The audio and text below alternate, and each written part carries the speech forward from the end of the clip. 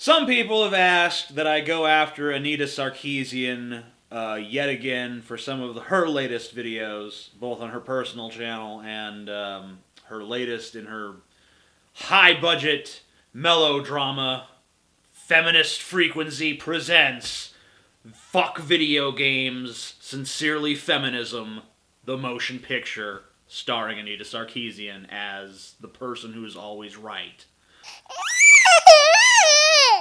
I'm not going to talk about that today, because today I want to talk about this crazy douchebag, Christopher W. Dillingham, 45 years old.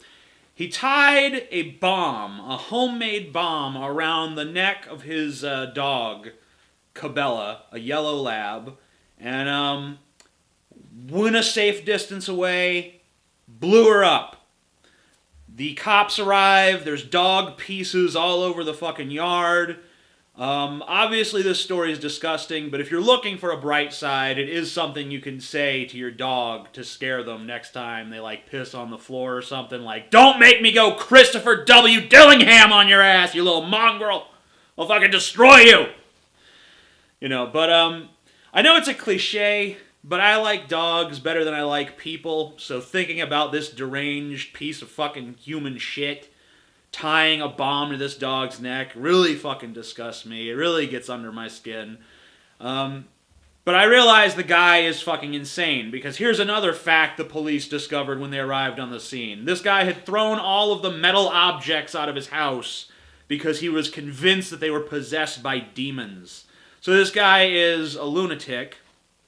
So it's really, as much as I want to hate the guy, it's really hard for me to hate someone who's insane for being insane, because it's not like they can fucking help being crazy, scrambled eggs in the fucking head. But the final strange twist to the case is the fact that this guy will not be charged. I repeat, not be charged with animal cruelty.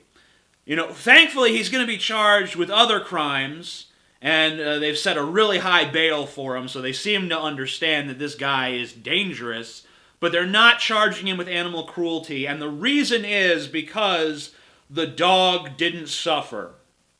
Because his death was instantaneous, or her death was instantaneous.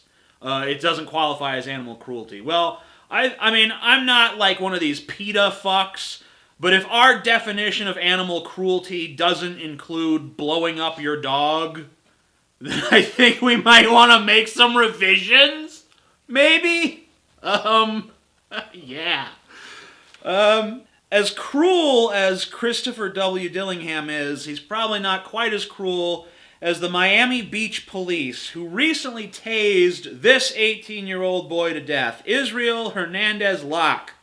His crime was that he was tagging an abandoned McDonald's. He was a graffiti artist, or if you're a conservative, you probably just call them those vandals who are ruining the country. Was what he did illegal? Yes. Did he deserve to be tased to death for it? For writing REFA on an abandoned building? Yeah, I don't think that warrants a death sentence. I don't think that warrants pumping a fatal dose of electricity into another human being. The cops didn't know that the taser would be fatal, but they knew that it could be, and they still used it on someone who committed a completely non-violent crime.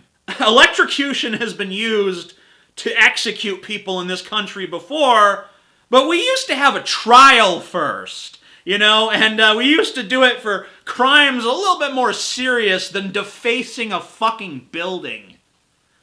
And as we speak right now, as I talk into this camera, as you listen to the magic man on your screen, can you believe it? The technology we have now? You're not impressed, whatever. The police are not going to be under any investigation. These police, no one's talking about firing them or suspending them. No one's even talking about reprimanding them, let alone bringing them up on any sort of charges. So, what have we learned from these two cases? Well, we've learned that blowing up your dog is not cruel, and we've learned that graffiti is a crime befitting a death sentence. Welcome to America! My book, The Douchebag Bible, very, very, very few signed copies left. I think just 3 or 4, something like that. We're now selling the unsigned editions. Where you should order it from does depend on your country, so be sure to read the description section down below to know where you should order from if you do want to order it, which is mandatory, by the way. You have to order it. I'm sorry, it's just the rule.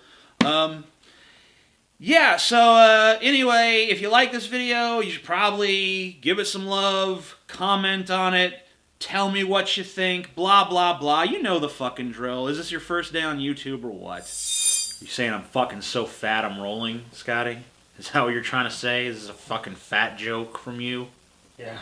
Yeah? That's what what rolling means. That's actually what it was intended. Okay. I mean, you're gonna roll down and hit, you fat fuck. When you fucking hit the bottom, you're gonna crack your fucking knee and gravy's gonna shoot out everywhere into the blood. Gravy is gonna shoot out of my knee wound instead of blood. Yes. Okay. I see. Is Is it good? Yeah, you're good. The shot's good still, right? Okay.